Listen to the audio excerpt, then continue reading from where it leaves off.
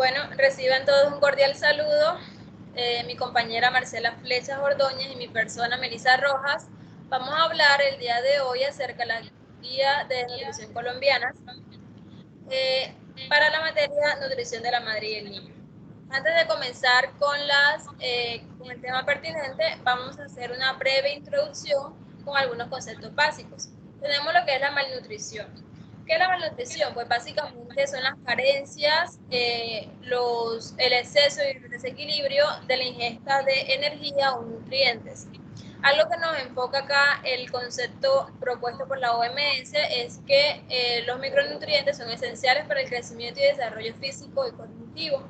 Esto es verdad, nosotros no debemos pasar por alto que aunque los micronutrientes se requieran en menor cantidad comparado con los macronutrientes, son muy fundamentales para la correcta realización de las funciones fisiológicas y metabólicas del organismo. También tenemos que añadir que la malnutrición se da por déficit y también se da por exceso. Bueno, la malnutrición por déficit. Acá tenemos tres tipos. En este caso tenemos el peso bajo para la talla o desnutrición aguda, el retraso del crecimiento y la deficiencia de micronutrientes. El peso bajo para la talla o desnutrición aguda se asocia a la pérdida de peso reciente y esto también a factores que de pronto influyen en que no permiten que el paciente o el individuo gane peso.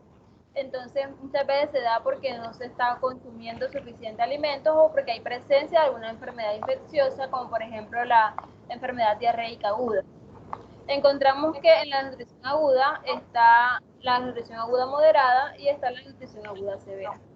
En el caso de la moderada va acompañada por delgadez o emaciación moderada, y en el caso de la nutrición aguda severa ya va acompañada por otros signos clínicos como lo son los edemas bilaterales, la falta de apetito o la emaciación severa. En el retraso del crecimiento, también conocido como desnutrición crónica, se caracteriza por cambios que son mucho más prolongados, son cambios que han sido mucho más persistentes, entonces ellos van a afectar negativamente el crecimiento del niño. Entonces aquí vamos a tener que son niños que tienen antecedentes, que son de pronto han nacido con bajo peso o su madre presentó bajo peso materno, o de pronto las malas prácticas de pronto de lactancia materna o de alimentación complementaria. Todo eso se va sumando junto con otros factores y va a generar que el niño presente un retraso del crecimiento. En la deficiencia de micronutrientes vamos a ver que se relaciona con que el individuo no tiene cómo adquirir esos alimentos fuentes de estos micronutrientes como lo son las frutas, los vegetales, las carnes o los alimentos fortificados. Por lo general porque son costosos o a veces aún teniendo el dinero para comprarlos no se encuentran disponibles a nivel local. Siguiente. Hablemos ahora de las causas de desnutrición. Acá se citan algunas como la ausencia o inadecuada lactancia materna, malas prácticas en alimentación complementaria, bajo peso y talla al nacer, enfermedades infecciosas y bajo peso materno. Pues ya muchas las he mencionado, pero hay otras que son determinantes sociales y actúan como factores de riesgo para la desnutrición aguda e infantil, como lo son el bajo nivel académico de los padres, los limitados ingresos económicos de la familia, las condiciones insalubres de la vivienda, el mal acceso o bajo acceso a agua apta para el consumo humano, también el hacinamiento, el maltrato, el abandono, son muchas cosas que pueden interferir y que pueden influenciar a que se produzca una desnutrición. Siguiente. Entonces, acá en las manifestaciones clínicas se nombra el marasmo y el kwashiorkor, pero hay una tercera que es la combinación de ambas, denominada marasmo-kwashiorkor. Para el marasmo, vamos a ver que es ese estadio terminal o el resultado terminal de un déficit a largo plazo de la ingesta de energía dietaria. A causa de eso se generan los siguientes signos clínicos, como lo son una cara envejecida. Vamos a ver que estos pacientes presentan depresión muscular, masa grasa deficiente, un peso muy bajo, un cabello normal y no presenta edemas a comparación con el kwashiorkor. El Kwashiorkor, para los que no saben, se traduce como el que ha sido desplazado y hace alusión a todos los niños, especialmente de la zona de África, que han venido de una buena alimentación, alimentados con leche materna, que le aporta todas las proteínas y los nutrientes que ellos necesitan, pero una vez nacen sus hermanitos, ellos lamentablemente tienen que dejarle la leche materna a sus hermanos y comienzan con una dieta que es rica en carbohidratos, pero que aporta prácticamente nada en proteínas. Esto va a ocasionar, por supuesto, unos signos clínicos como lo son cara de luna, depresión muscular, masa magra presente, cambios en el cabello, siempre van como a transmitir esa tristeza, presencia de los edemas. Los edemas podemos asociarlos a que hay una baja cantidad de proteínas plasmáticas, pues como en la dieta no se las aporta, entonces las proteínas plasmáticas van a alterar la presión coloidosmótica. Entonces eso va a provocar que haya una acumulación de líquidos, originándose así el edema. Siguiente. Bueno, la malnutrición por exceso también vemos que es una de las causas de mayor alerta pues en la salud pública. Vamos a ver que es una malnutrición que se debe cuando los individuos consumen más de lo que requieren y gastan muy poco. Son individuos que son sedentarios por lo general, entonces comienzan a acumular grasa, eso los lleva a un sobrepeso. Siguiendo esta línea, con los malos hábitos de vida, van luego a adquirir una obesidad y consigo vienen las enfermedades no transmisibles como la diabetes mellitus, como los problemas de aterosclerosis, los accidentes cerebrovasculares, infarto, en fin, son muchas cosas y que perjudican la salud cuando se trata de malnutrición por exceso. Siguiente.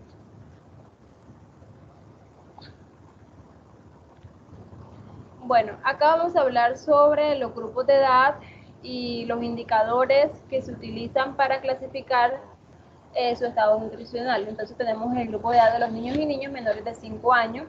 Vemos que los indicadores que se utilizan son el peso para la talla para la edad, el índice de masa para la edad, el peso para la edad, y hay también presencia de lo que es el perímetro cefálico para la edad y otro indicador que no se menciona, pero también es muy importante, que es el perímetro braquial.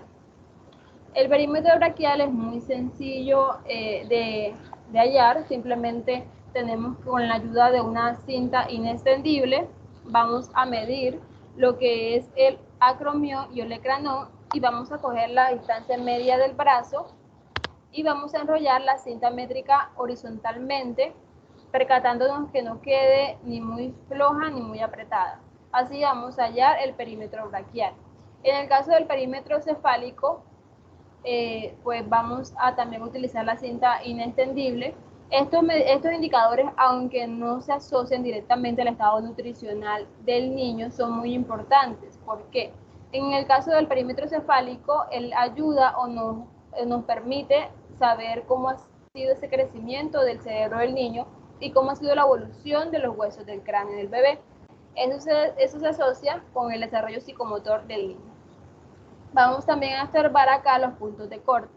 Estos puntos de corte no son más que unos estándares o unos límites, como quieran llamarlo, rangos, que nos van a permitir una categorización. Entonces vamos a observar las clasificaciones. Gracias a esos puntos de corte vamos a nosotros a saber la clasificación antropométrica del individuo o de la población. Y los números son los denominados desviaciones estándares. Entonces ahí nos dice cuánto debería tener para clasificarse de tal forma. Siguiente.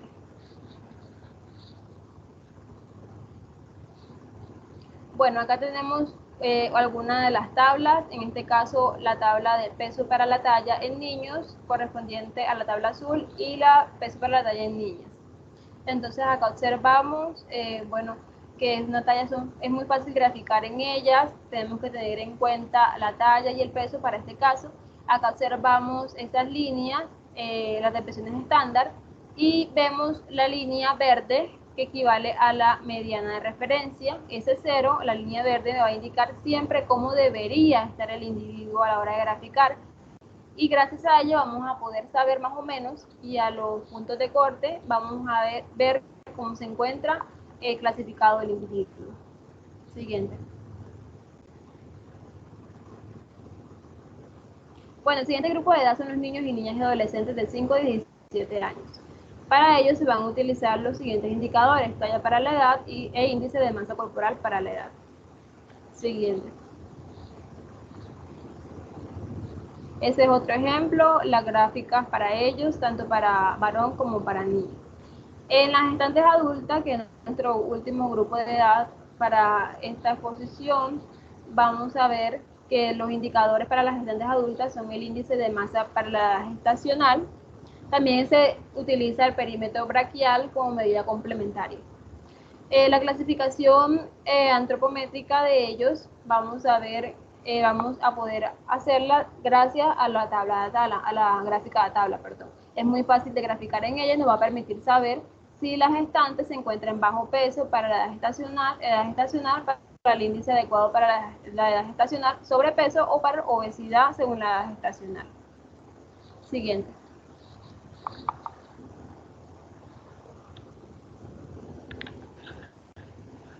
En cuanto a las guías de nutrición para la población colombiana, tenemos nuestro referente nacional, que es la Resolución 2350 del 2020, por la cual se adopta alineamiento técnico para el manejo integral de atención a la desnutrición aguda, moderada y severa en niños de 0 a 59 meses de edad, y se dictan otras disposiciones. También tenemos el lineamiento que se realiza sobre esta misma resolución, donde se dictan pues todas las disposiciones que se realizan cuando tenemos un niño o una niña con esta clasificación nutricional. En cuanto a la atención integral a la primera infancia a nivel de institución, tenemos al ICBF, y ellos manejan otros dos documentos, que es el lineamiento técnico administrativo, la estrategia de atención y prevención a la desnutrición, y la guía técnica operativa del sistema de seguimiento nutricional. Estas dos se basan en la resolución, pero pues todavía no está actualizada. Está sobre la resolución anterior, que era la 5406 del 2016.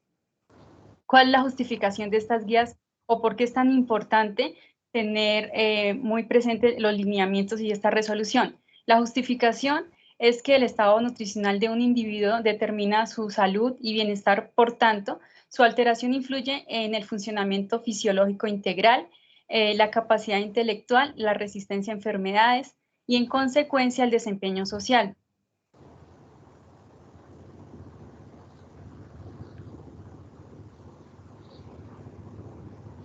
Bueno, tenemos que tener presente qué son las RIAs. Las RIAs son la ruta de atención integral. En este caso, para alteración nutricional de las gestantes, estas RIAs se deben activar cuando encontramos una clasificación de una gestante bajo peso u obesidad. ¿Dónde se van a evidenciar estos casos? Pues en los programas del ICBF que tienen atención con esta población, también en el control prenatal, consulta externa, urgencias o población focalizada. Se tiende a realizar una valoración nutricional con el indicador que nos explicó la compañera y con la clasificación. Entonces, cuando encontramos una gestante con bajo peso para la gestacional, con obesidad y con un perímetro o con un perímetro menor a 22.5, se debe realizar una remisión a la IPS primaria con visita domiciliaria y un seguimiento con el equipo interdisciplinario, pues para realizar el monitoreo y la adecuación de peso. Si esta gestante es menor de edad, se debe realizar una remisión para la restitución de derechos del ICBF o la comisaría de familia. El perímetro braquial se recomienda de uso de manera especial en aquella población de condición de pobreza extrema, como refugiados, desplazados y hambrunas prolongadas, por ejemplo, la población migrante, y una circunferencia menor a 22.5 se asocia directamente con un bajo peso al nacer. En cuanto a la ruta de atención en las alteraciones nutricionales de los niños y de las niñas, en oferta institucional, o sea, en esos programas de política de cuidado integral en niños menores de 5 años. Se realiza el tamizaje nutricional y ahí es cuando se identifican aquellos casos, puede ser por exceso o por déficit. Cuando tenemos un caso de exceso, una obesidad y el niño es mayor a 1 año y tenemos un riesgo de nutrición aguda, lo que se realiza por parte de la institución es una visita domiciliaria, un seguimiento mensual por 2 meses. Lo que se quiere es una estabilización nutricional. Si se lleva a cabo, se remite a un tamizaje cada 3 meses. Si por el contrario no hay una estabilización nutricional, se realiza un reporte inmediato a la IPS-EPS, Secretaría de Salud Municipal e ICBF. En cuanto al déficit, si encontramos una clasificación de desnutrición aguda, moderada y severa, se realiza una visita domiciliaria por parte del operador encargado de la atención, un seguimiento mensual con un equipo interdisciplinario.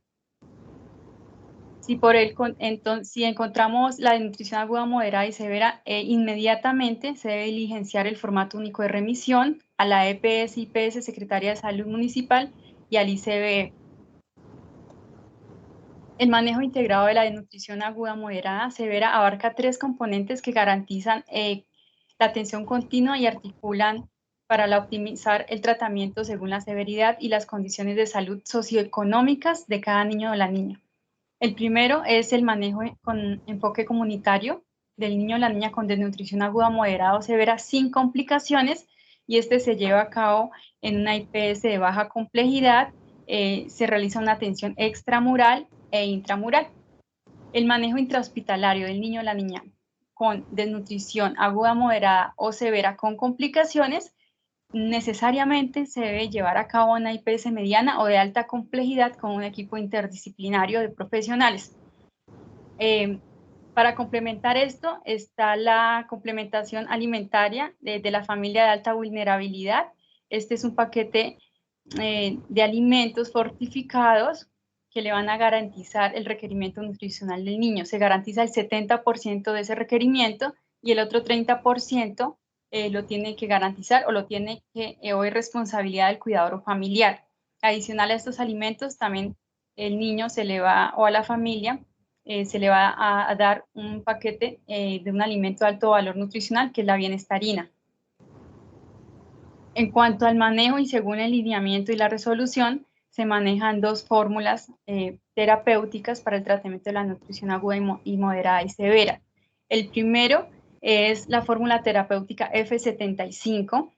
Está indicada para el manejo hospitalario de niños y niñas entre 0 a 59 meses de edad con desnutrición aguda.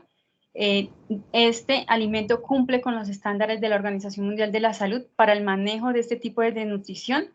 Aporta aproximadamente 75 kilocalorías en cada 100 mililitros. Para los niños entre 0 a 6 meses, se debe complementar con la lactancia materna. Debe haber un apoyo de los profesionales para la lactancia materna si la reciben.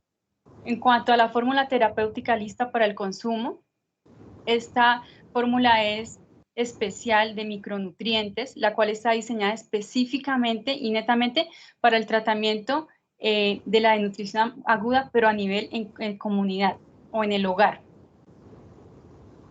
¿Por qué? Porque es ideal, porque él se puede utilizar en condiciones de temperaturas extremas, se puede utilizar cuando hay bajo acceso de agua y combustible para preparar alimentos, ya que es una fórmula que está lista y no necesita medidas de refrigeración o cocción. Es especial para el manejo de los niños entre 6 a 59 meses de edad.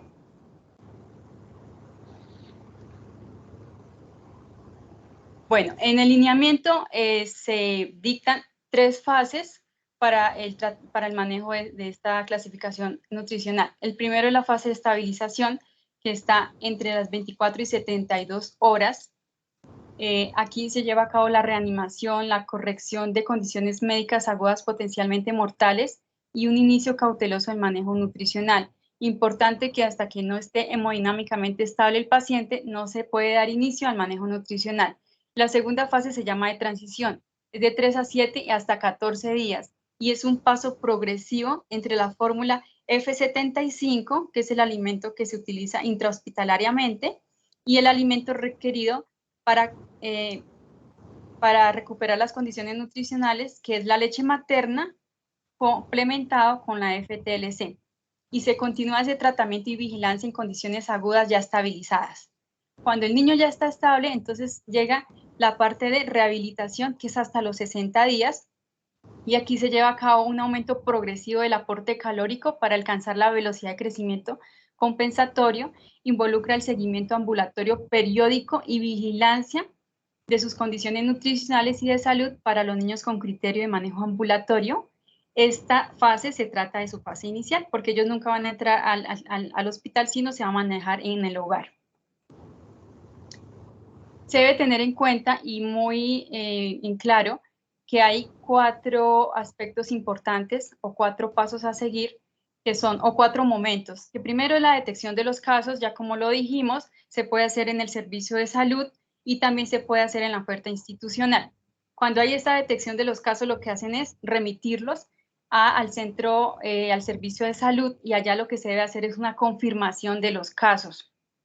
Muchas veces no se toman esas variables antropométricas con los equipos requeridos con la resolución 2465, están descalibrados, de pronto no se toma en cuenta el indicador que nos comentaba la compañera ahorita, o no se utiliza la rejilla idónea para la edad o para el sexo del niño o de la niña, y esto influye en el diagnóstico nutricional. Entonces, importante, acá en el servicio de la salud, si el niño tiene entre 6 y 59 meses de edad y presenta alguno de los siguientes criterios, que es peso para la talla menor a menos 2 desviaciones estándar, un perímetro braquial menor a 11.5, que está en riesgo, y tiene edema, presenta edema bilateral, entonces se va a clasificar con o sin complicaciones. Sin complicaciones es cuando se hace una prueba de apetito y es positiva, y ahorita vamos a ver un video muy pequeñito donde nos muestran de qué se trata esta prueba de apetito.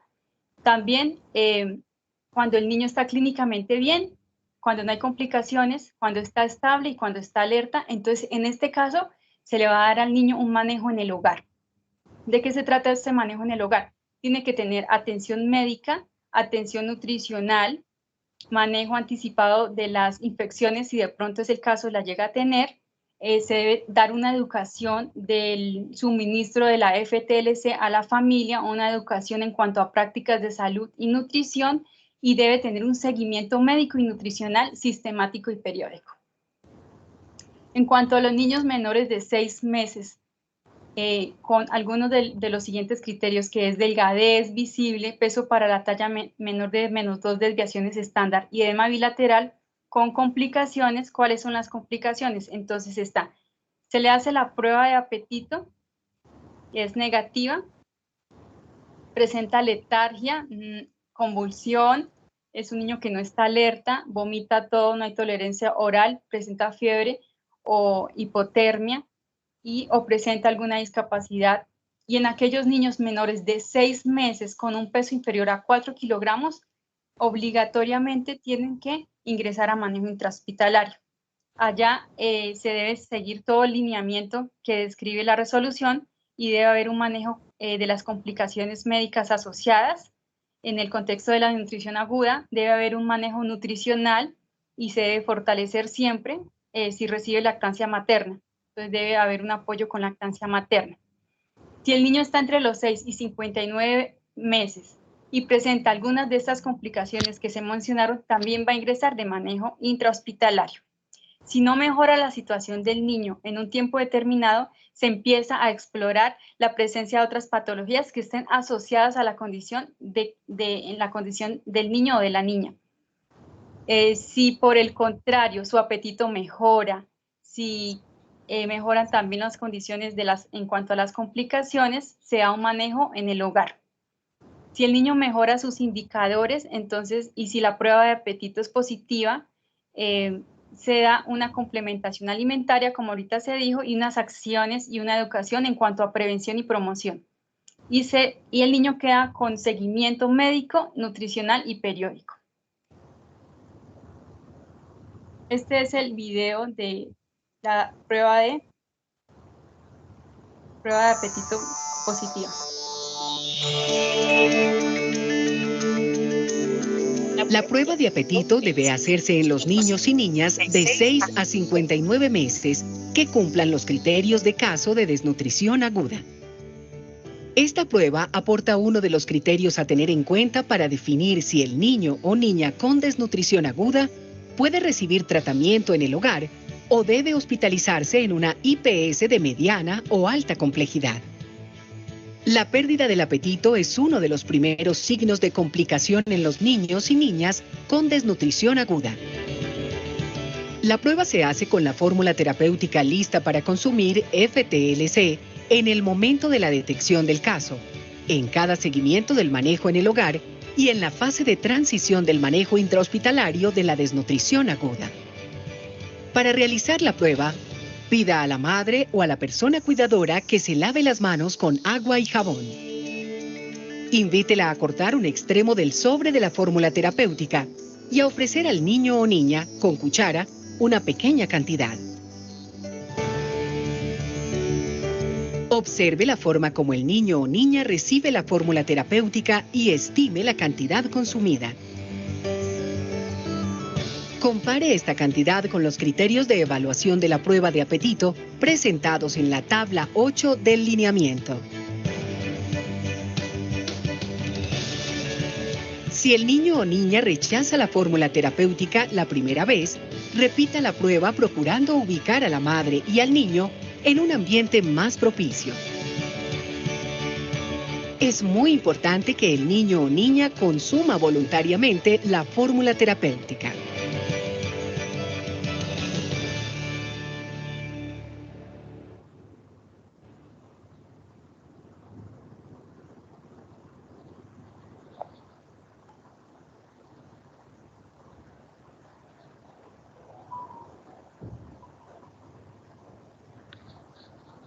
Bueno, muchísimas gracias a los compañeros, al profesor.